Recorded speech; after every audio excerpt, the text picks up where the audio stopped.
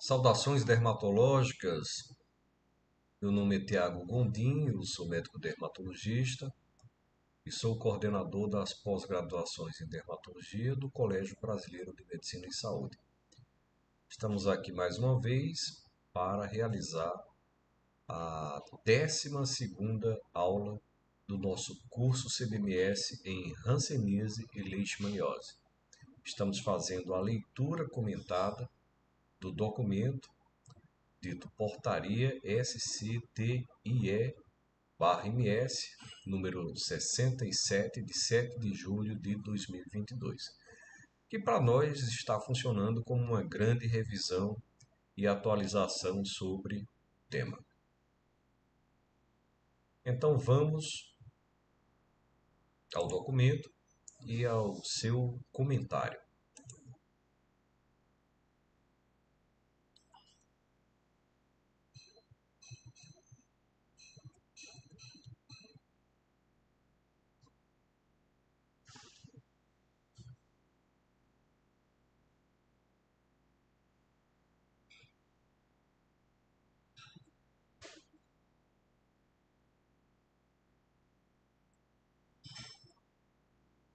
Então ele parte aqui dos fatores associados ou precipitantes das reações rancênicas. Até agora, nós fizemos uma avaliação junto ao documento de classificação, de formação clínica e das reações rancênicas. Vimos que os polos instáveis, principalmente o polo dimorfo, são os polos mais relacionados. Vimos que as reações tipo 2 acontecem multibacilares apenas, exclusivo. As paucibacilares estão mais relacionadas à reação tipo 1 e que a forma dimorfa é a forma mais deletéria da hanseníase. Então, os fatores associados ou precipitantes das reações hansênicas. Discutimos também que as reações elas acontecem 30% antes do tratamento, 50% durante o tratamento e 20% posterior ao tratamento. Então, alguns fatores clínicos são reconhecidamente associados ao desencadeamento e manutenção das reações hansênicas. Dentre eles, gravidez, período pós-parto, alterações hormonais da adolescência, co-infecções, parasitoses intestinais, focos de infecção dentária, vacinas, estresse físico e psicológico.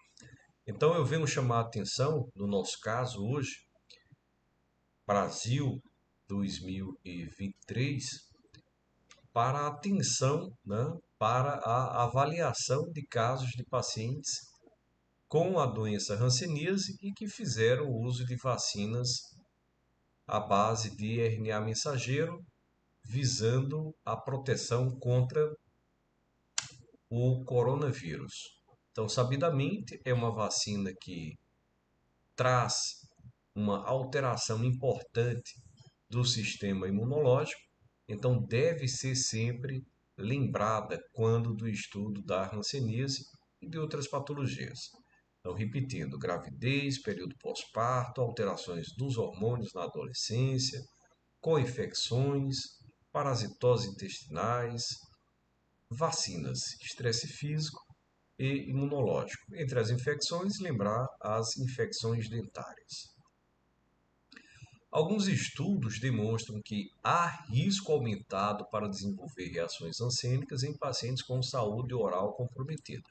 Daí ter se colocado o foco de infecção dentária separada das co-infecções, dada a sua importância em termos de mudança do segmento, mudança do cortejo natural da hanseníase.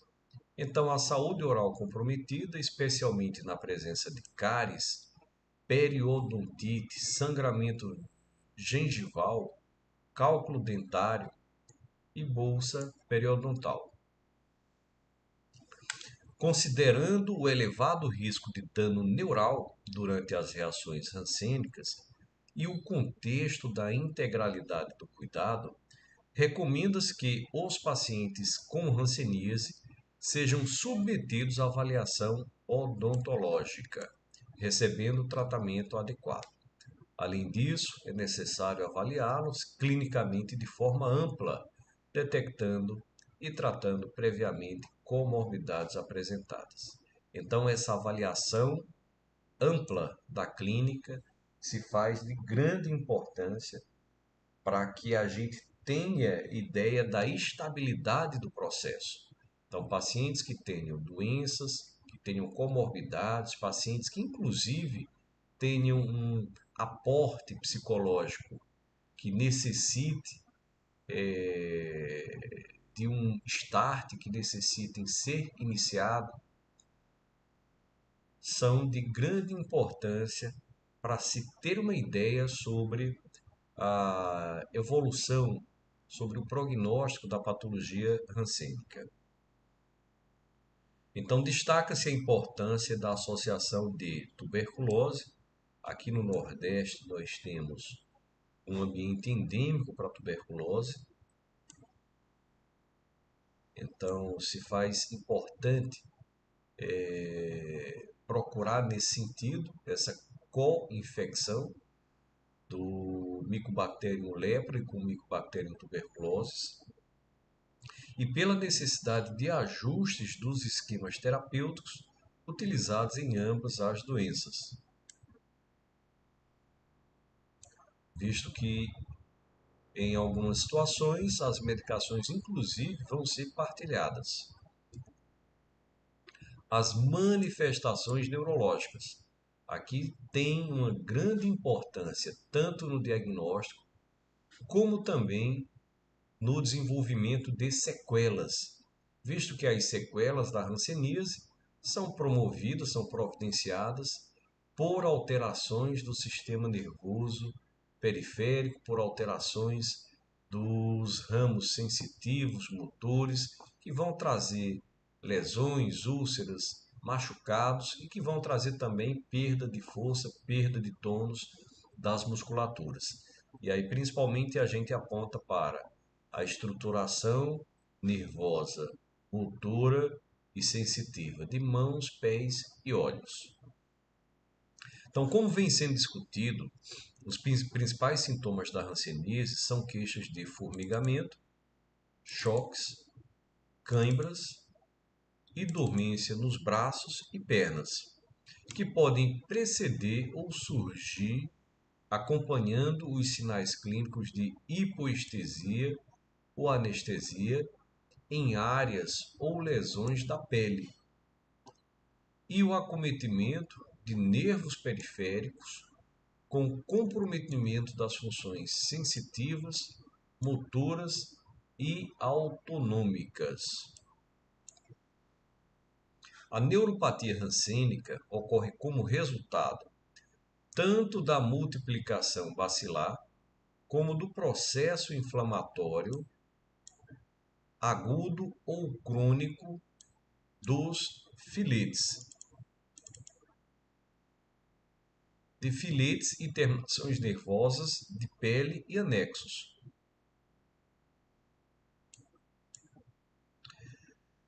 Assim como dos nervos periféricos.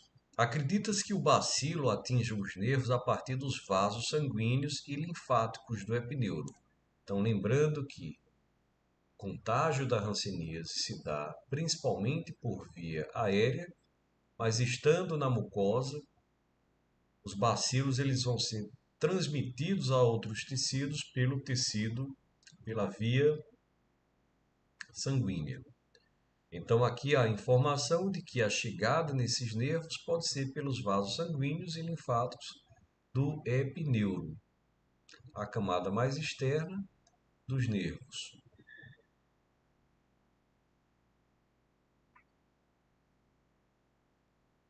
A partir daí, o Mycobacterium leprae é capaz de ligar-se às células de Schwann e infectá-las. Inclusive, as células de Schwann terminam funcionando como reservatórios desses bacilos, onde encontra um meio propício para sua sobrevivência e multiplicação, visto que essas células têm um baixo metabolismo e isso coaduna com a melhor posição do bacilo em termos de conforto metabólico, levando a um comprometimento crônico e silencioso. No entanto, de acordo com a resposta imune do hospedeiro, as células de Schwann infectadas podem ser alvo de um processo inflamatório mediado por linfócitos T, o que culmina com a morte das células e dano neural. Então, o processo inflamatório, que tem como base os linfócitos T, pode levar a célula de Schwann à morte. E daí o dano neural agudo.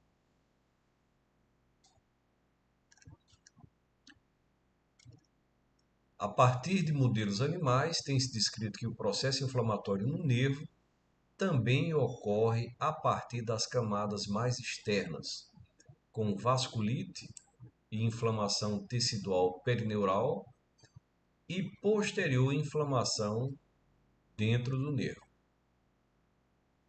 Enquanto o polo virchoviano, os nervos são afetados principalmente por desmielinização segmentar, a degeneração valeriana predomina no polo tuberculoide.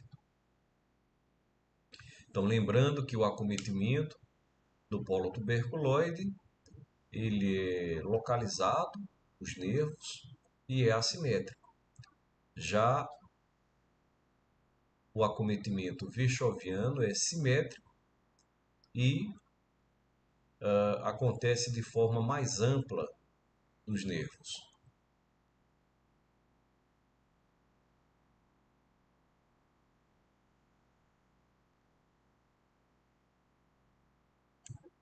A neuropatia periférica. O padrão da neuropatia rancênica é bastante variado.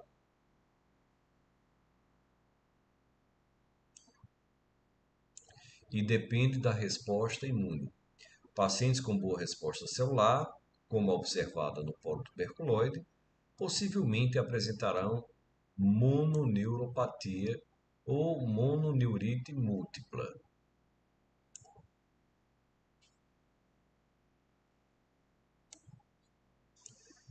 Já que os bacilos estão limitados a alguns ramos nervosos, como resultado de uma resposta mais eficiente e intensa. Então, a resposta imune celular, ela consegue ativar linfócitos e principalmente macrófagos, reduzindo o quantitativo de bacilos. Portanto, os nervos atingidos estão em menor quantidade. Os nervos comumente envolvidos na hanseníase tuberculoide são os nervos superficialmente localizados, como o ulnar, o fibular comum, onde foi postulado que as temperaturas mais baixas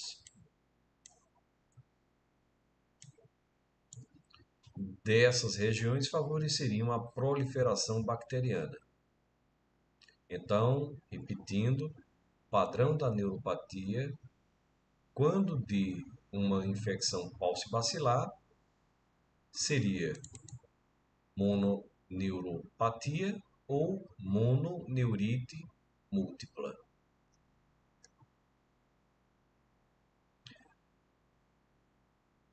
Aquelas com hanseníase virchoviana e carga bacteriana elevada têm envolvimento mais difuso dos nervos periféricos, apresentando polineuropatia em vez da mononeuropatia do polo anterior. Enquanto a hanseníase dimorfa manifesta-se com mais frequência ou manifesta-se mais frequentemente a partir da mononeurite múltipla assimétrica. Então, em verdade, o polo intermediário, aliás, a forma intermediária, a forma entre os polos da hanseníase dimorfa, ela teria a mononeurite múltipla assimétrica, que pode evoluir para uma polineuropatia confluente, se houver redução da resposta imune. Nas formas mais difusas da doença, múltiplos nervos podem ser afetados concomitantemente, como ulnar, mediano, auricular magno, radial superficial, fibular comum, fibular superficial, tibial posterior e sural. Ou seja, nas formas em que existem mais bacilos. Então, vimos que nas formas com menos bacilos, principalmente o ulnar e o nervo fibular comum. Nas formas com mais bacilos, ulnar, mediano, auricular magno, radial superficial, fibular comum, fibular superficial, tibial posterior e sural. O envolvimento dos nervos cranianos é comum na hanseníase,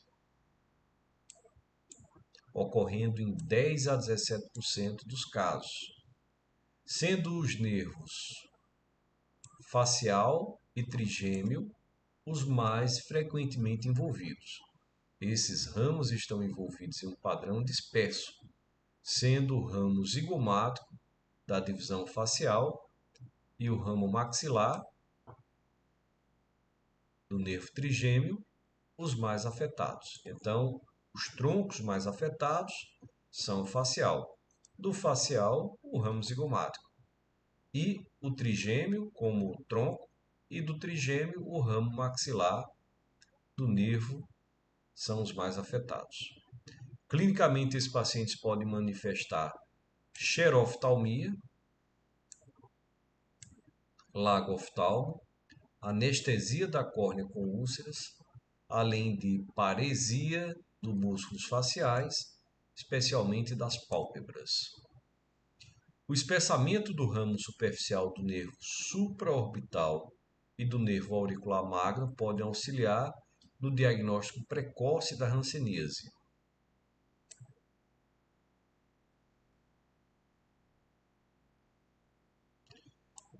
Em virtude de serem nervos mais facilmente palpáveis.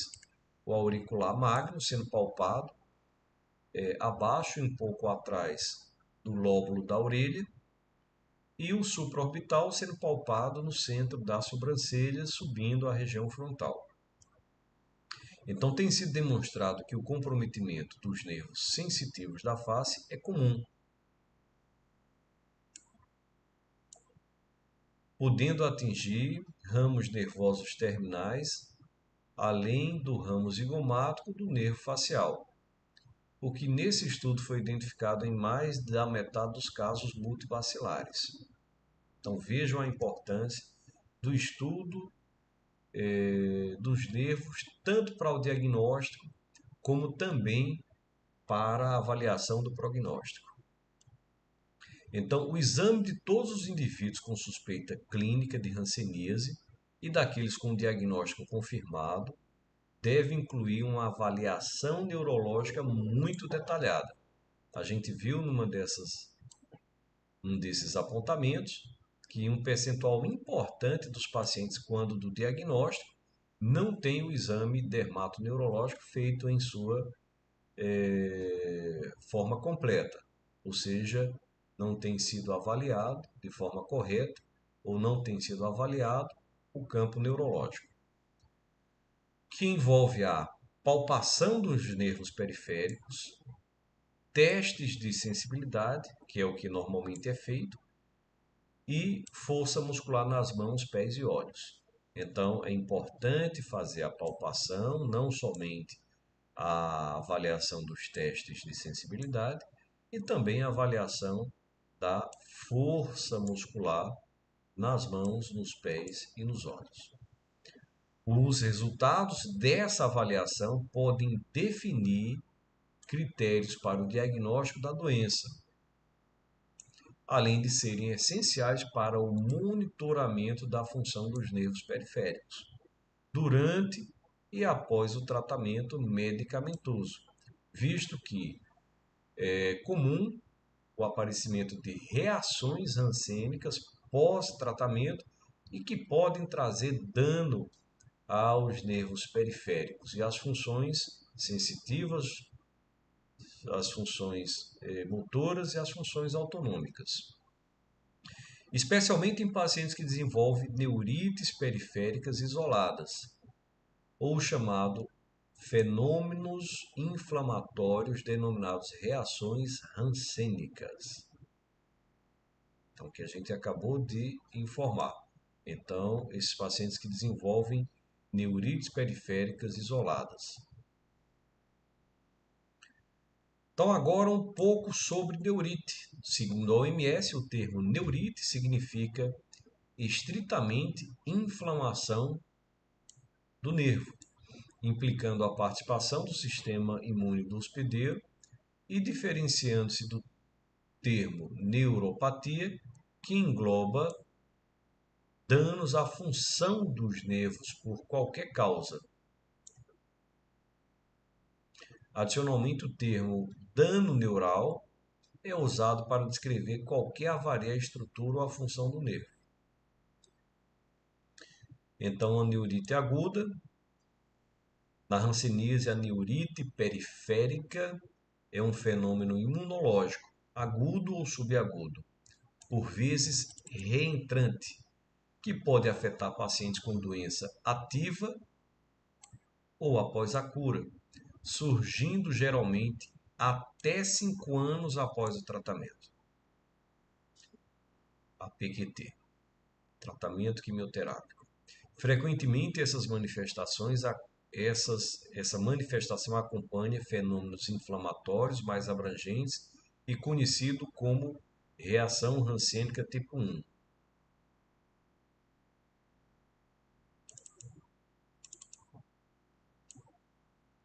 Que é aquela reação que está mais associada às doenças onde o sistema imunológico ele tem uma via TH1 mais ativa, ou seja, promovendo alterações rancênicas ligadas ao campo paucibacilar. Então, geralmente essas neurites, elas acompanham a reação rancênica tipo 1, mas pode ocorrer de forma isolada. Clinicamente caracteriza-se por dor espontânea, dor à palpação dos nervos,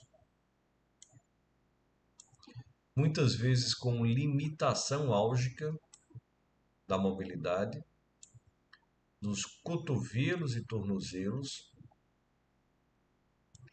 acompanhada de sinais e sintomas de perda funcional sensitiva, motora e ou autonômica. Requer imobilização do membro afetado ou uso supervisionado de corticosteroides. Então, a primeira tomada de ação acontece no campo da imobilização e do tratamento corticoterápico. A avaliação da função neural em pacientes com hanseníase é um procedimento crucial.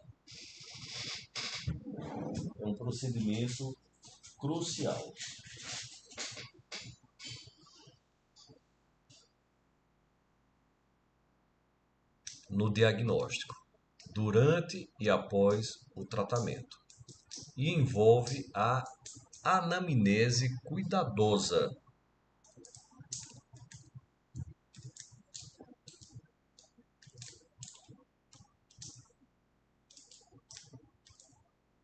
Sobre sintomas relacionados à função neurológica. incluindo a ocorrência de dor nos membros superiores e inferiores, alteração da sensibilidade palmar e plantar, além de sinais de diminuição da função muscular. Então, avaliação de dor nos membros superiores e inferiores, alteração da sensibilidade palmar e plantar e diminuição da função muscular. O exame físico deve incluir inspeção cuidadosa para verificar o surgimento de lesões traumáticas, amiotrofias ou deformidades, assim como a palpação dos nervos periféricos e a realização dos testes de sensibilidade e força muscular, especialmente nas mãos, pés e olhos. Em conjunto, esse procedimento é denominado avaliação neurológica simplificada. Todo médico tem condição de fazê-la. Não apenas neurologistas, muito menos dermatologistas. Todo médico tem condição e deve realizar quando da suspeita diagnóstica e quando de confirmação de hanseníase, a avaliação neurológica simplificada, que deve ser repetida periodicamente, especialmente nos pacientes em uso de corticosteroides sistêmicos, uma vez que esses medicamentos podem ter efeito analgésico, mas não protegem o paciente do dano neurológico. Isso aqui é uma informação importante. Embora utilizemos o corticosteroide para o tratamento das neurites, ela possivelmente não protege o paciente do dano neurológico. A neurite silenciosa.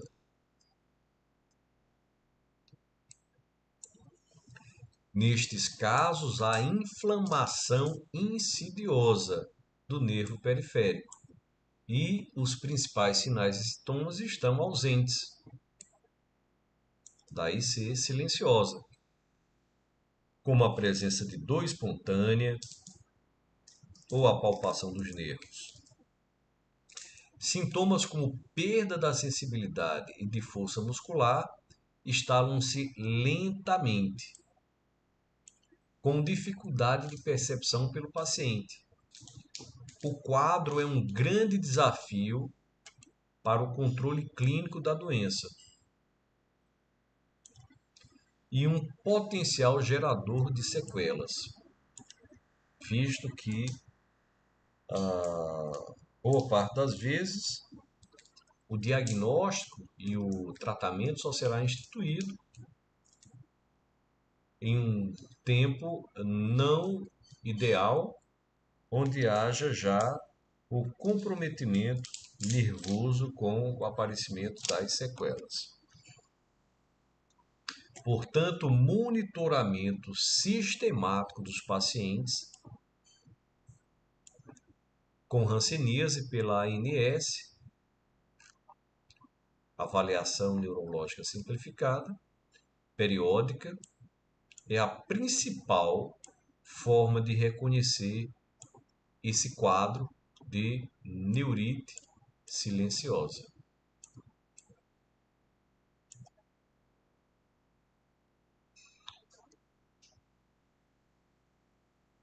Então, aqui tem-se um exemplo de avaliação da perda de sensibilidade plantar em duas avaliações consecutivas, demonstrada pela diminuição da percepção ao toque dos monofilamentos de Siemens-Weinstein. O lilás de 2 gramas, o vermelho de 4 gramas,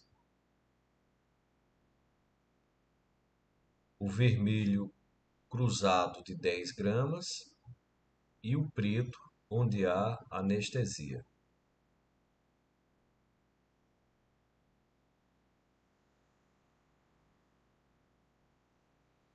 Então, quando tocamos com o lilás,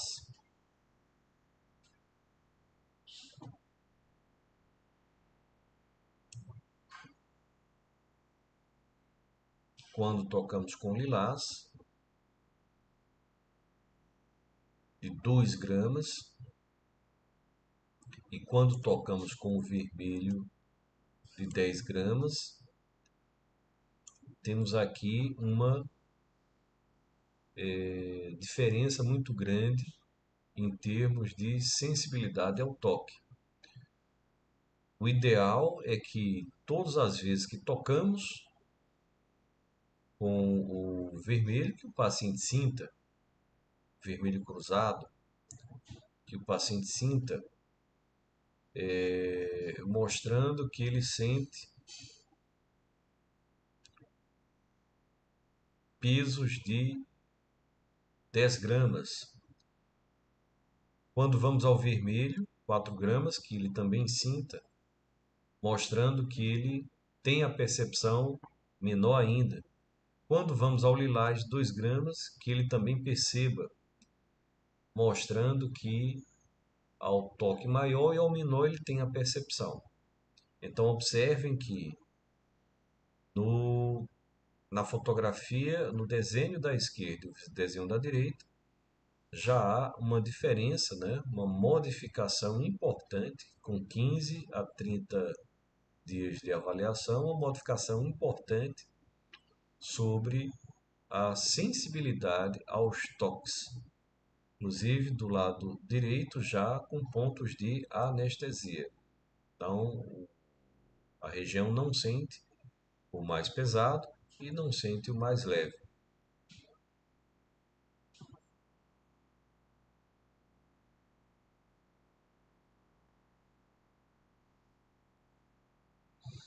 A evidente piora da função neural indica necessidade de corticoterapia.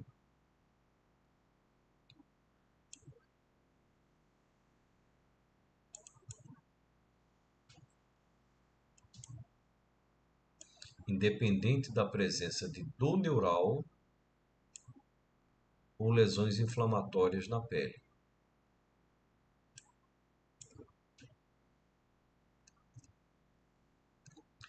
A dor neuropática. A dor neuropática pode surgir tardiamente, mesmo vários anos após o término da poliquimioterapia. Então, mesmo vários anos após o término da poliquimioterapia para hanseníase, e é considerada uma sequela limitante da doença. Caracteriza-se por parestesia, disestesia, hiperestesia, alodínia ao longo dos nervos periféricos e no território nervado por eles.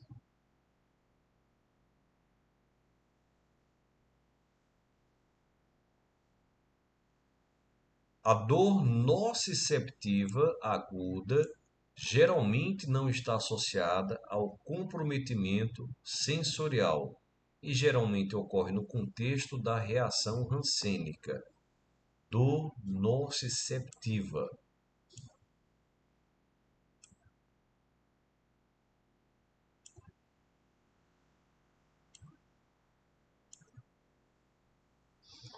Então, essa dor nociceptiva geralmente não está junta da alteração sensorial. Então, dor nociceptiva não está junta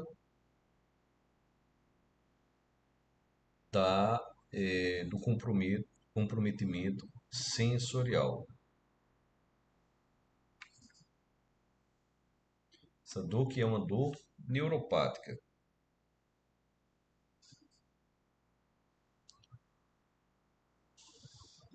Então, por outro lado, quando ocorre perda sensorial, denomina-se dor neuropática aguda, havendo indicação precisa de corticoterapia.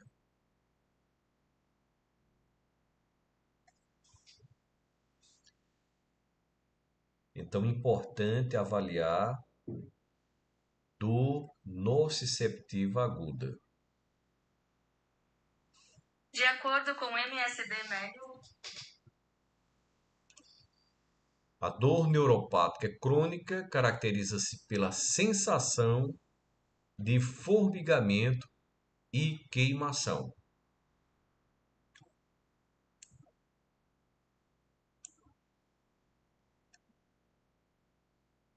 Tanto no local das lesões de pele, como nas mãos e nos pés. Ocorre na ausência de inflamação dos nervos periféricos e do seu comprometimento funcional, especialmente 3 a 5 anos após o tratamento medicamentoso da hanseníase.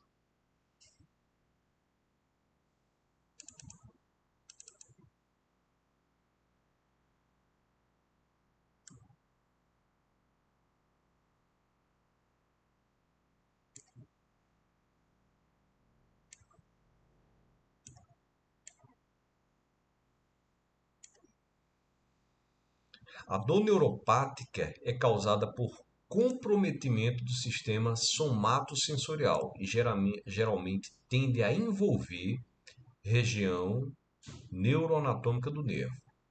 O mecanismo fisiopatológico subjacente da dor inclui liberação excessiva de substâncias mediadoras da dor, que não são suficientemente controladas pelo circuito inibitórios segmentares e não segmentares.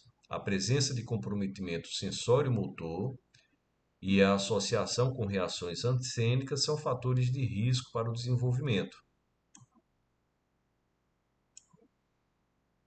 Então, comprometimento sensório-motor e as reações ansênicas são fatores de risco para o aparecimento da dor neuropática crônica.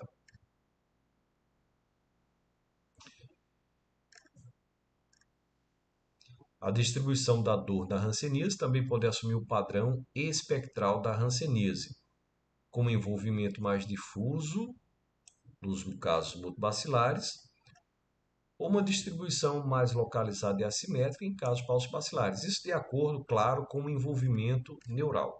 Então, o que é importante aqui da dor neuropática é que ela pode surgir tardiamente,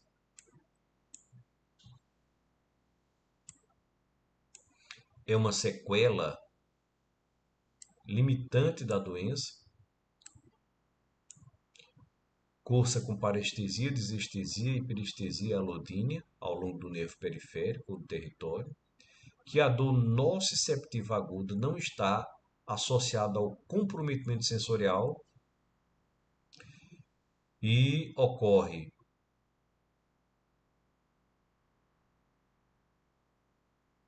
por meio da dor neuropática aguda quando da perda sensorial. E isso aí já é o suficiente para indicação de corticoterapia.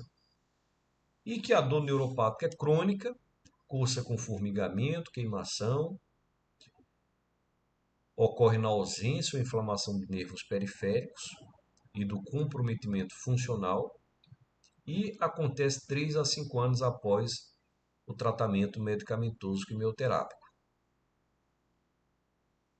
É causada pelo comprometimento do sistema somatosensorial, associado à liberação excessiva de mediadores da dor, e temos como fatores de risco as reações ansênicas e o comprometimento sensório-motor, que a distribuição da dor ela pode acontecer em casos multibacilares de uma forma mais difusa e em casos paucibacilares de uma forma mais assimétrica, mais localizada. Então, para encerrar, observaremos agora a leitura das manifestações oculares. As manifestações oculares da hanseníase têm sido cada vez menos frequentes devido ao diagnóstico mais precoce dos casos e à disponibilidade de antibiótico terapia eficaz para a doença, que resultam na redução das complicações oculares exclusivas da hanseníase. Por outro lado, a maior longevidade dos pacientes aumentou a possibilidade de complicações oculares tardias relacionadas à idade, que muitas vezes surgem em indivíduos já curados bacteriologicamente. Na maioria dos casos, o comprometimento ocular pela hanseníase é insidioso, na maioria dos casos, evoluindo com sintomas discretos e pouco valorizados. Os olhos podem ser afetados através do dano neural, de nervos cranianos, pela multiplicação do Mycobacterium leprae em estruturas oculares e por reações inflamatórias observadas durante os episódios reacionais. O comprometimento do ramo zigomático do nervo facial pode resultar em diminuição da força da oclusão das pálpebras, o que vai provocar o lagoftalmo, com exposição da córnea, agravada pelo comprometimento da função da produção de lágrimas, que é uma função autonômica do nervo facial. Adicionalmente, o comprometimento do ramo oftálmico do nervo trigêmeo gera anestesia da córnea, com diminuição do reflexo córneo-palpebral. Daí a importância de se avaliar, de se testar esses importantes campos em termos de sensibilidade e reações de reflexo. Então, isso traz maior risco de úlceras da córnea. Em pacientes com elevada carga bacilar, geralmente o Mycobacterium leprae, atinge os olhos bilateralmente através da circulação sanguínea, multiplicando-se na conjuntiva, córnea e câmara anterior dos olhos, gerando nódulos conjuntivais, ceratite punctata e atrofia da íris. Nódulos conjuntivais, ceratite punctata e atrofia da íris.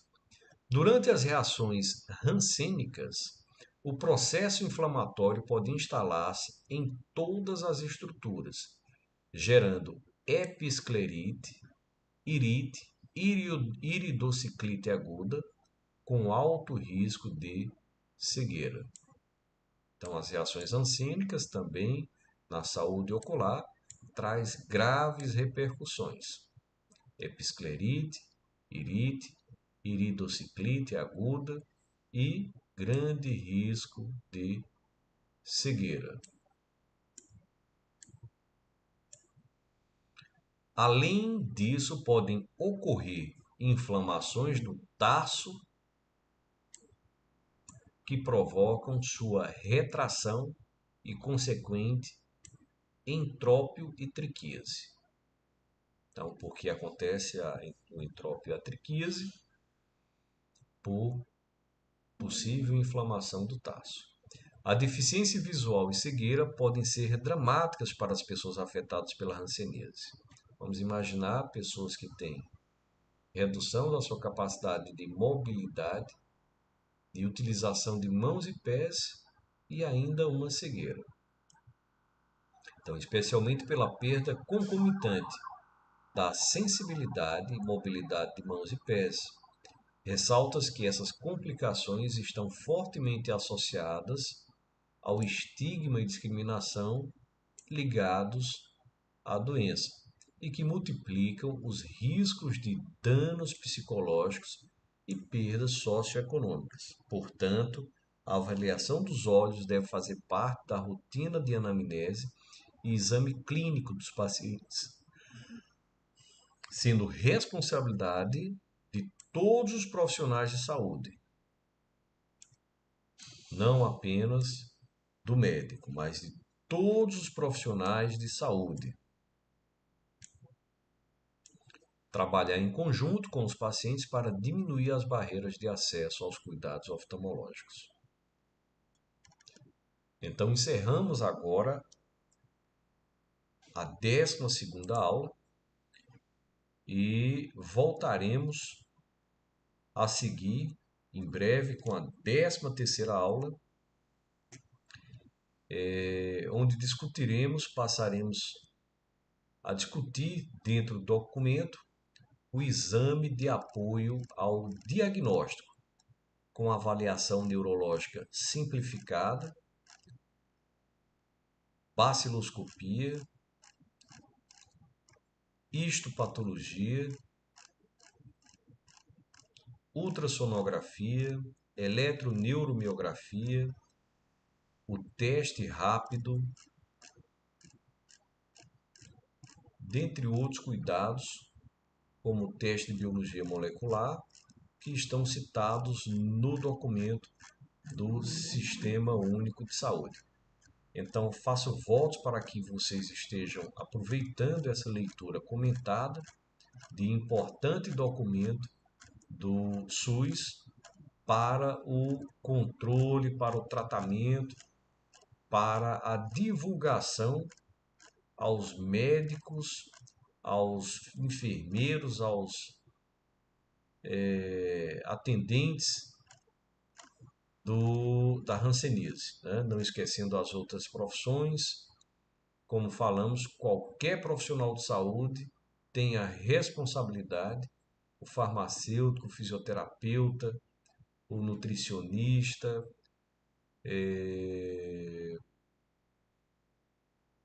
o pessoal de apoio às profissões de saúde,